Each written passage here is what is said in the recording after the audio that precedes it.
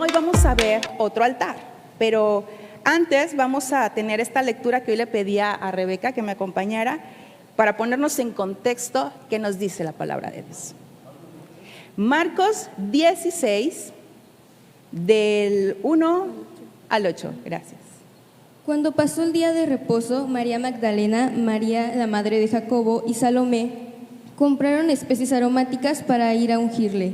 Y muy de mañana, el primer día de la semana, vinieron al sepulcro, ya salido el sol.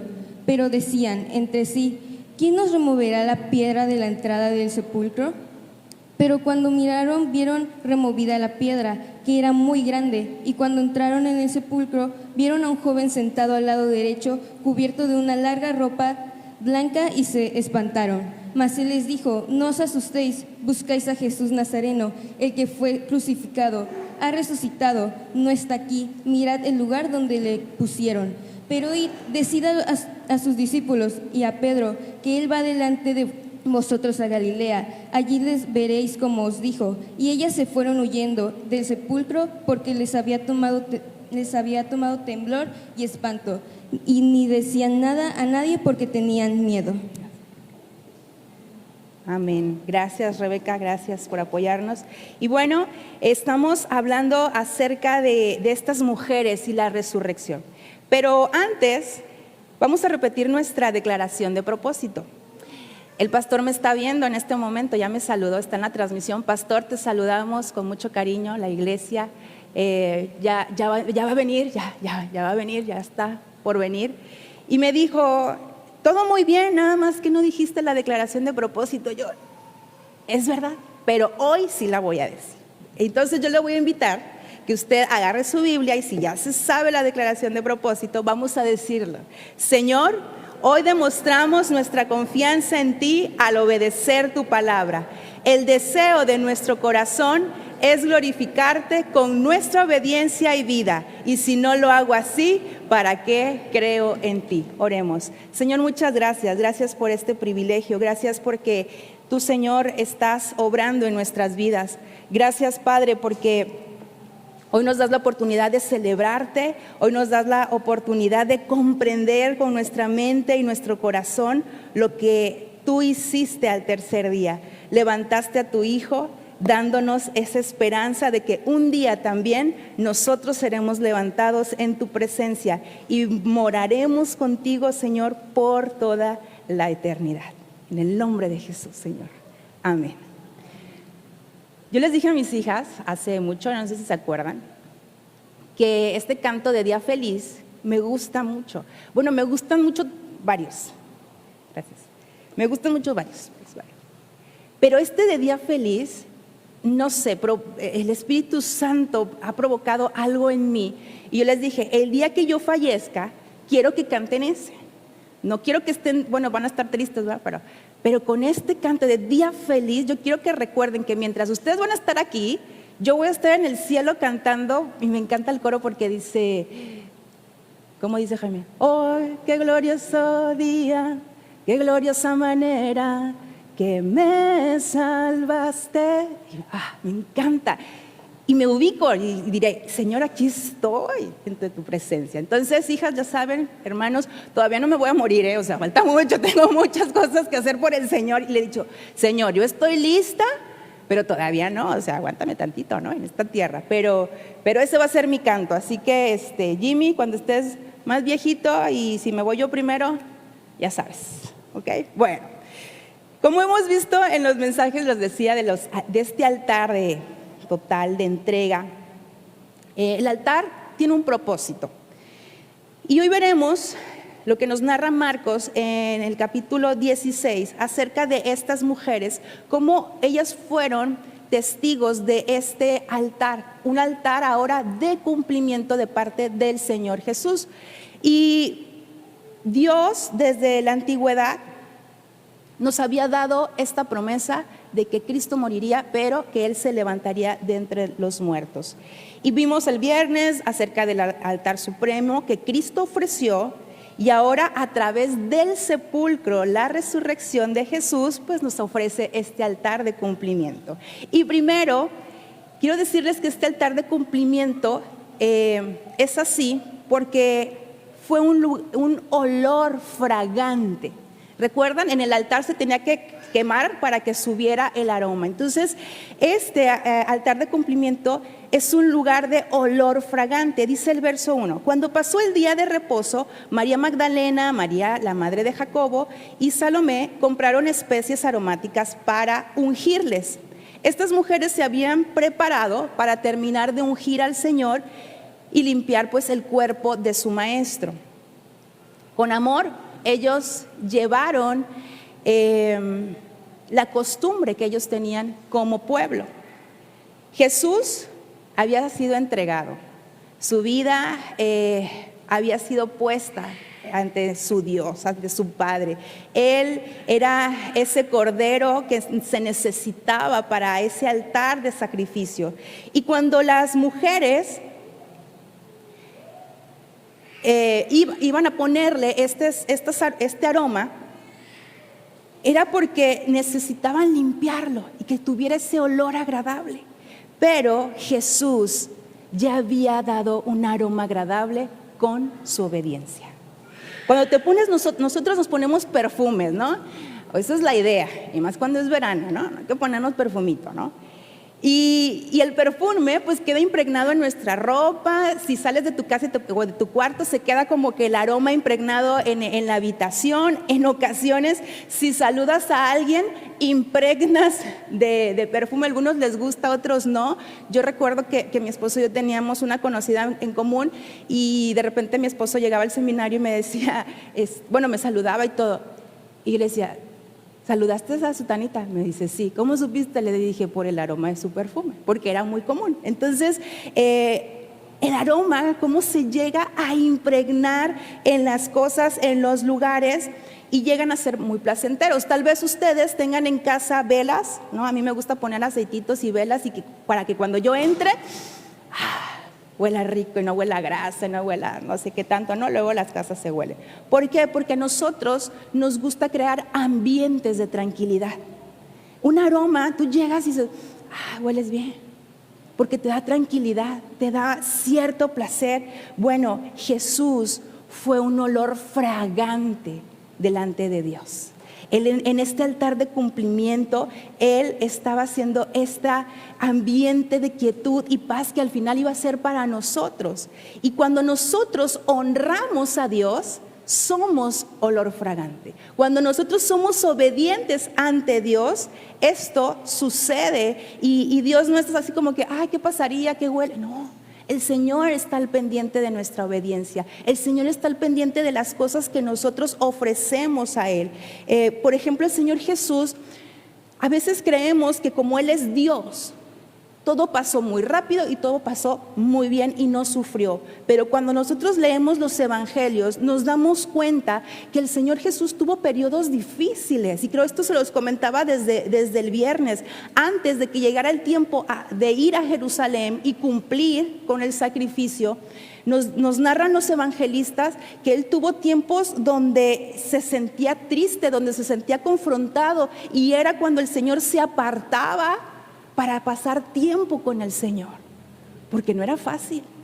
Él sabía del dolor y no era fácil, pero cada vez que el Señor Jesús se sentía así y se entregaba al Padre, antes de entregarse en la cruz, el olor empezaba a subir, porque Él estaba obedeciendo mucho antes de llegar a Jerusalén, y Él estaba ofreciendo olor fragante. Miren, estas mujeres querían poner estas especies, pero ya no eran necesarias. Ya no eran necesarias porque Jesús ya había hecho lo correcto. La cuestión es que nosotros sí necesitamos ser siempre un olor fragante ante nuestro Dios, porque nos equivocamos, porque cometemos errores, porque muchas veces pues no hacemos caso a Dios. Nos olvidamos de Dios. Entonces nosotros tenemos que esforzarnos porque nuestro aroma destile un olor fragante delante de Dios. Y me encantaría que cuando esto sucediera en nuestras vidas, nosotros estemos conscientes de que Dios, desde el cielo, desde su trono santo, puede decir, me siento complacido por ti, Brenda. Así como lo dijo cuando el Señor Jesús se estaba bautizando: este es mi Hijo amado, en quien tengo complacencia. ¿Por qué? Porque Jesús estaba siendo obediente. Entonces nosotros debemos de tener mucho cuidado cuando estemos destilando un olor no agradable a Dios. ¿Y cuándo puede suceder esto? Cuando destilamos enojo con nuestros hijos, cuando destilamos enojo contra nuestra pareja, esposo, esposa. Ahí nosotros no olemos bien, porque el pecado entra. Y el pecado no tiene un buen aroma. Entonces, procuremos hacer esto y no nos justifiquemos con lo que nos pudiera estar pasando. Es que le grité a mi hijo porque vengo bien estresado del trabajo y me tienen harto y esto y grité. No nos justifiquemos. Por eso yo les decía, el Señor Jesús, antes de llegar, Él estaba pasando por momentos en su interior muy conflictivos. Él estaba en dolor, porque no solamente era lo que venía, sino que a pesar de que Él estaba predicando, la gente lo estaba rechazando. Entonces, emocionalmente, Él estaba en una situación complicada, pero Él sabía a dónde acudir. Y Él podía decirle: a estos discípulos les dije que se quedaran en la barca y no me hicieron caso. Ahí voy. Y empezaba a destilar enojo. No, pero nosotros sí. Y ahí es donde tenemos que cuidar y no justificarnos. Miren, yo hablando de esto de los aromas, yo me quedaba pensando, cuando algo está contaminado, algún alimento está contaminado, nos damos cuenta por la apariencia que tiene, ¿no? O por el aroma. Decimos: abre uno el refri y dice: oye, esto ya no está bien. Y el Señor trajo a mi mente lo que dice el Evangelio de Mateo. Dice: no lo que entra en la boca contamina al hombre, mas lo que sale de la boca, esto contamina al hombre. Muchas veces esa contaminación, ese mal aroma sale de nuestra boca y no estamos siendo un olor fragante delante de Dios. Y este altar de cumplimiento también se da al ser el lugar que cambia nuestra confianza. Dice el verso 3: pero decían entre sí: ¿quién nos removerá la piedra de la entrada del sepulcro? Miren, en varias ocasiones Jesús habló de su muerte y su resurrección. Esta pregunta la hacen las mujeres, que probablemente a ellas se les había olvidado. Tal vez a ellas se les había olvidado todo lo que el Señor sí fue anunciando. Ellas esperaban ver un cuerpo que limpiar, esperaban ver a su maestro muerto. Entonces yo me puedo preguntar: ¿en dónde estaba puesta su confianza? ¿En dónde estaban puestos sus pensamientos? ¿Realmente ellas creían que su maestro, que Jesús, era Dios? ¿O solamente vieron el sacrificio ahí en la cruz, se quedaron con el dolor, se quedaron al ver el cuerpo molido de Jesús? ¿O realmente estaban creyendo que era el Hijo de Dios? Por esta razón ellas van tan preocupadas al sepulcro diciendo: oigan, pero ¿quién nos va a remover la piedra? ¿Habrá alguien? ¿Por qué? ¿Por qué no estaban confiando? ¿Por qué estaban haciéndose todas estas preguntas? Y miren, no es que yo esté juzgando a estas mujeres. Para aquellos que hemos perdido al final de cuentas a un ser amado, entendemos que cuando la persona que amamos, cuando la persona se va, toda nuestra vida se descompone, ¿verdad? Los que han perdido a un ser amado. Nuestra vida en un momento se descompone.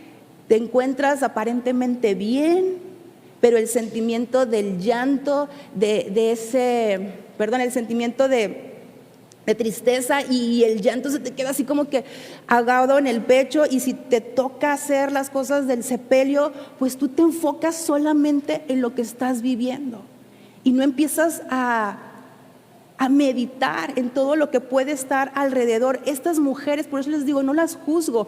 Ellas se encontraban angustiadas, tal vez iban en el camino llorando, diciendo: es que ¿quién nos va a quitar la piedra?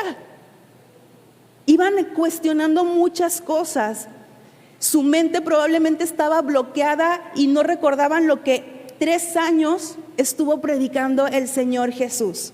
Pero tú y yo, que ya conocemos la historia. Ellas todavía hasta este punto no sabían lo que iba a pasar, pero nosotros que ya conocemos la historia, sabemos que Cristo ha resucitado y que en Él debemos de poner nuestra confianza. Y no podemos estar dudando y no podemos estarnos cuestionando, sino derramar nuestro corazón en ese altar y decirle al Señor: yo creo en ti y yo tengo confianza. Hay un canto, ahorita me viene a la mente, que decimos: yo creo en tus promesas, creo que tú me levantarás, volverás, ok. Y decimos: yo creo, y levantamos las manos y es bien bonito y nos conmovemos, pero ¿realmente estamos creyendo?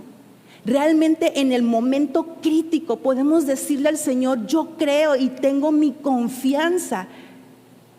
El altar nos debe de llevar a eso, a decirle: sí, Señor, yo creo que tú has resucitado. Por más que el panorama sea trágico, tú has resucitado. Y hoy estamos celebrando que Cristo ha resucitado y en Él siempre debemos de estar firmes. Es más, dígalo: Cristo ha resucitado. Otra vez: Cristo ha resucitado. Y nuestra confianza con Él. Nuestra confianza con Él ha resucitado. Así que, hermano, ve la cruz, no para llorar, sino para estar consciente del Dios que tenemos y que Él nos va a levantar de cualquier situación. Y miren, también este altar del cumplimiento es un lugar que cambió de muerte a vida. Dice el verso 5: y cuando entraron en el sepulcro, vieron a un joven sentado al lado derecho, cubierto de una larga ropa blanca, y se espantaron. Mas Él les dijo: no os asustéis, buscad a Jesús Nazareno, el que fue crucificado. Ha resucitado, no está aquí. Mirad el lugar en donde le pusieron. Miren, aquí al llegar al sepulcro se encontraron mínimo con 3 sorpresas estas mujeres. Primero, no había roca, ya no estaba la roca. Recuerden que antes los sepulcros pues no son como ahora. El sepulcro tenía que ser sellado con una roca muy grande, muy pesada. Entonces ya no estaba la roca. 2, había un ángel. No hay roca, hay un ángel. Algunos, creo que es Lucas y Mateo, que mencionan que eran 2 ángeles. Aquí Marcos solamente dice que había un ángel. Y 3, Jesús no estaba. En el altar de cumplimiento encontraron que no había obstáculos para vivir.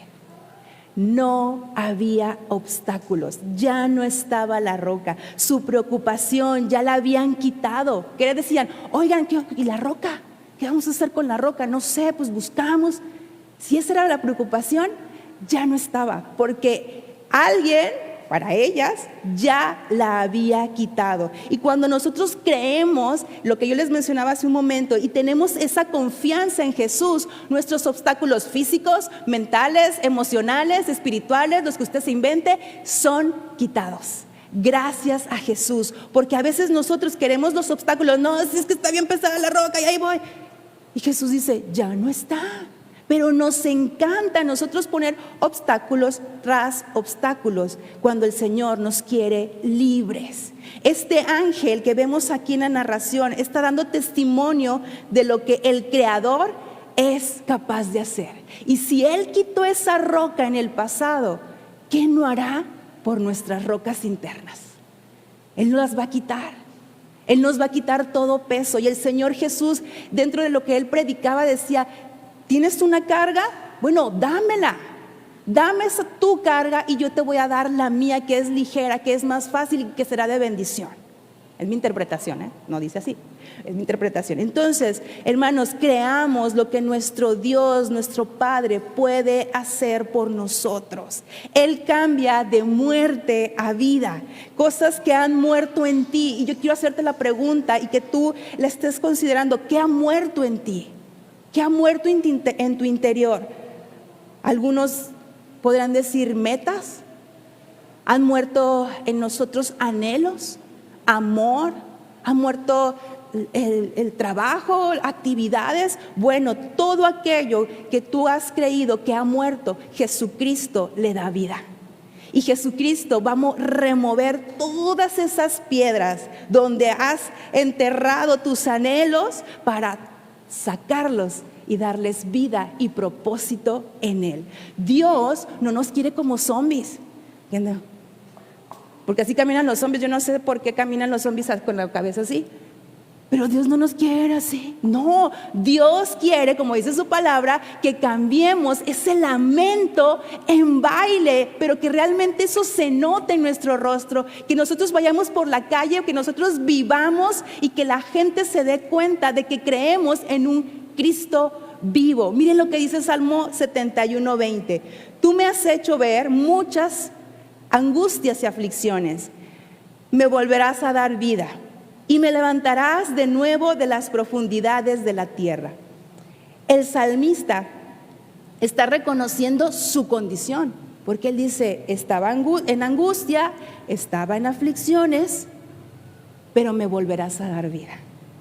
A pesar de que él estaba nuevamente en esa condición, porque dice, tú me has hecho ver muchas. Quiere decir que no había estado una sola vez en angustia, o en aflicción, o en dolor, o en problemas. Él sabía que volvía una y otra vez a estar en situaciones difíciles, pero también sabía que de esas ocasiones difíciles el Señor lo estaba levantando, porque dice, me levantarás de nuevo de las profundidades de la tierra.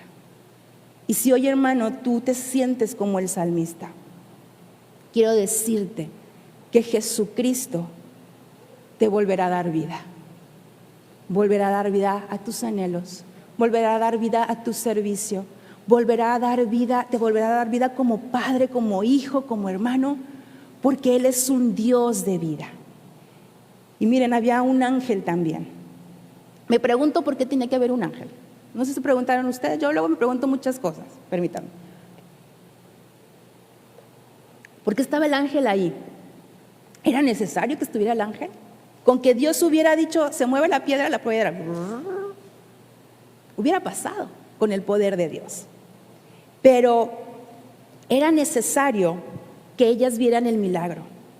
Tenían que ver que no era un secuestro, porque imagínense que ellas hubieran llegado, la piedra se removió, pudieron haber dicho, los romanos, los principales sacerdotes. No, ellas tenían que ver que no era un secuestro. Así que Dios pone a este ángel para darles la buena noticia. Pero no solamente vemos que los ángeles estaban en ese momento de la vida de Jesús, sino que vemos ángeles desde el inicio, desde que fue anunciado a María, hay ángeles, ¿no?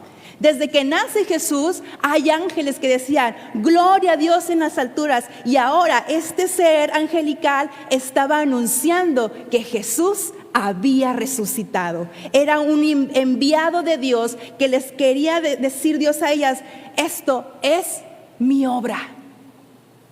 Y cuando tú vas a la palabra y cuando tú vas en oración a Dios y el Señor empieza a hablar y las cosas empiezan a suceder en tu vida, el Señor te está diciendo, esto también es mi obra y te estoy dando vida para que tú la puedas aprovechar. Jesús ya no estaba en ese lugar, la piedra había sido removida para que ella se entrara.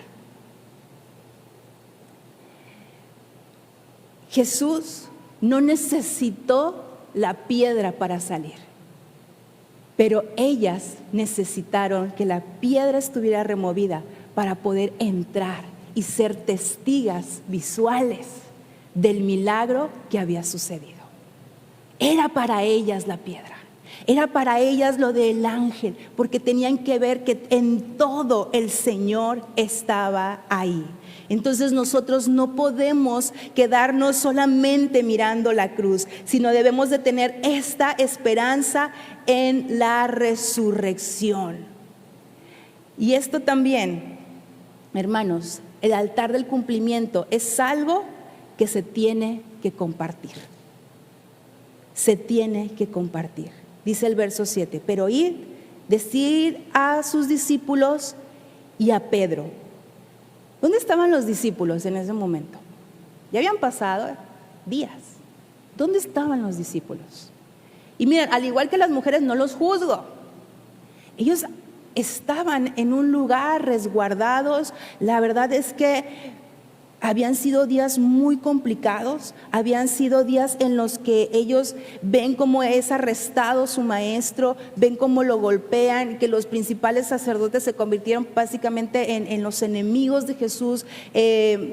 Todo el caos que hubo, yo la verdad también hubiera tenido miedo.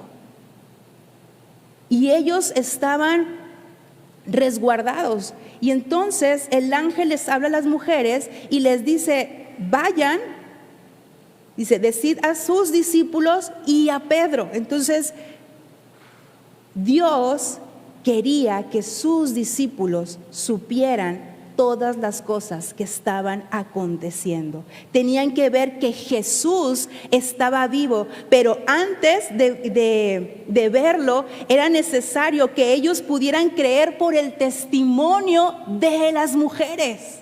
Y esto me encanta, porque ellos no tenían para creer. No tenían que ver a Jesús físicamente, primero tenían que creer del testimonio.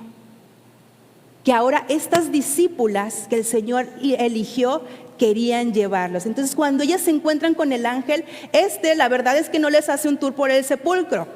Miren, pues pasen, aquí tenemos la piedra muy grande, con acabados de esto, el sepulcro. No, el ángel les dijo: vean, pero para que ustedes vayan, se lo digan a los discípulos. Ellas tenían que anunciar que Jesucristo había resucitado. Y al final de eso se trata el evangelio. No podemos estar aquí, sí, celebrando, sí, es nuestro deber, es nuestro gozo y nuestro placer.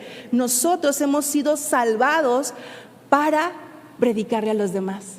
Nosotros que somos testigos por la fe, tenemos que decirle a los demás que Jesucristo es el Señor. Y que Semana Santa no se trata de la playa y de acampar, se trata de Jesucristo, de celebrarlo, de creer que Él está vivo y que quiere vivir en nuestros corazones, y que ya vive en nuestros corazones, pero que también quiere vivir en su corazón. El ángel fue muy claro con ellas. Y Dios, a través de su palabra, lo hace todos los días con nosotros. Él es claro de lo que quiere para nosotros. Y miren, hay un punto que quiero destacar. El ángel menciona sus discípulos, pero recalca el nombre de Pedro. Había un mensaje muy especial para Pedro. ¿Por qué el ángel le dice sus discípulos y Pedro? Yo me imagino que cuando las mujeres llegaron y le dijeron: Jesús resucitó, ya no está, vimos un ángel, lo confirmó, Pedro, quieren hablar contigo. Y Pedro así de... Yo sentí que es cuando mi mamá me decía: Lichito, casi me dice mi mamá, tenemos que comer un pollito tú y yo. Ay, yo sentía que esto se iba a poner muy mal. Ese pollito no era asado. ¿Qué habrá sentido Pedro cuando las mujeres le dijeron: Pedro, Jesús quiere verte en Galilea? ¡Wow! Jesús no se había olvidado de él. Pedro lo había negado 3 veces y se equivocó. Por supuesto, se equivocó. Pero Pedro necesitaba ser restaurado por Jesús. Pedro, en un futuro, él no sabía, nosotros ya supimos, sabemos cómo es la historia. Pero en ese momento Pedro no sabía que se iba a convertir en un predicador y en un evangelista para su pueblo. Vemos a Pablo predicando al pueblo, como le llamaban, gentil. Pero Pedro les hablaba a los de Jerusalén, les hablaba a sus compatriotas, y él no sabía que Jesús tenía grandes planes, aunque ya se lo había dicho, le había hablado de unas llaves. Pero para que esto sucediera, primero tenía que pasar por la restauración. Primero tenía que sentir el perdón y el amor de Jesucristo. Y para nosotros también hacer esto, muchas veces tenemos que someternos a un proceso con Cristo. Tenemos que ir ante Él y decirle: Señor, aquí estoy en este altar, reconociendo todo lo que hago que no me hace bien, que no me edifica. Cuando estoy en este altar, tal vez el olor que destila de mí no es el más agradable, y tenemos que dejar que el Señor entre en nuestra vida y nos empiece a limpiar. Pedro no podía empezar ese ministerio sin antes hablar con Jesús. Él tenía que tener esa conversación complicada. A veces mis hijas me dicen: necesito tener una plática complicada, algo así me dice. Bueno, Jesús estaba buscando esa conversación, y Jesús busca esas conversaciones también con nosotros. Y a veces nosotros, sabiendo que no estamos correspondiendo al amor de Dios, en lugar de ir y seguir confiando, posponemos. Y sí, ahorita oro, ay, pero ya llegó un cliente, sí, ahorita oro, pero ya me hablaron, sí, pero ahora ya llegaron mis nietos, ya me llegaron mis hijos, sí, ahorita oro, y posponemos y postergamos las cosas. Y el Señor quiere hablarnos todos los días, y el Señor quiere decirnos: no aplaces el proceso. Grandes cosas venían para Pedro, y lo vemos a través del libro de los Hechos. Gente creyó, gente fue ministrada por Pedro. Pedro mismo cambió, porque él era muy religioso, y el Señor le dice: tienes que ir a donde no te gusta, ahí tienes que ir por amor a mí. Y Pedro experimentó ese crecimiento con Jesús. Entonces dejemos que el Señor Jesús venga, nos restaure, nos limpie, que seque nuestras lágrimas, y empecemos a hacer lo que Él nos encomendó. Todos hablamos y no sabemos la gran comisión que hay en Mateo, pero ¿cuántas veces la estamos cumpliendo?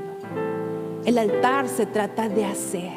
Si ya hemos entendido lo maravilloso que es Jesús, lo que significa el sacrificio, no puedo quedarme callado. No puedo cerrar esa oportunidad a aquel que no ha creído. No puedo. Tengo que compartir, y tengo que dejar que ellos vivan lo que yo estoy experimentando. Jesús murió por el mundo, no solo por mí. Y Él nos dijo: vayan.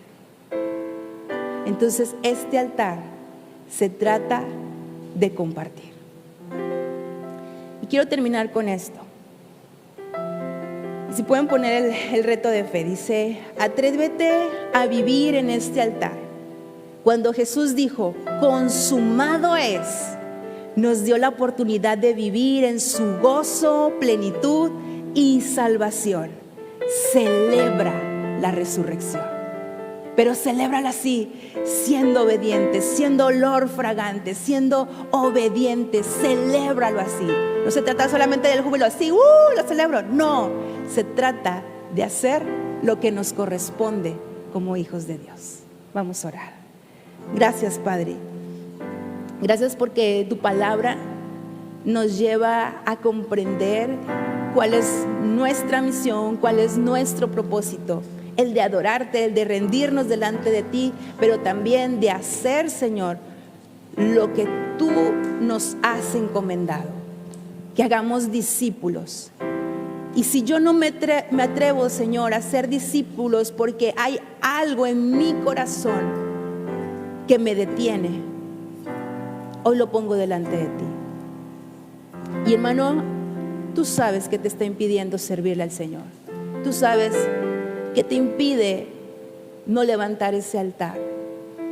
Este es el momento. No esperes a mañana o al rato. No lo vas a hacer. Este es el momento. Entrégaselo a Dios y dile: Señor, restáurame, levántame. Señor, dame vida a estos huesos secos si los tienes así. Dame vida. Padre, tú eres un Dios vivo, y nosotros te pedimos vivir así, en todo, Señor, con alegría, no como si estuviéramos muertos en tristeza, como si todo no tuviera un propósito. No, Señor, ayúdanos, vivifica nuestro espíritu para seguir celebrando nuestra fe, porque gracias a la resurrección, nuestra fe, Señor, es real. Así que en tus manos nos ponemos, Dios. Gracias, Padre, en el nombre de Jesús.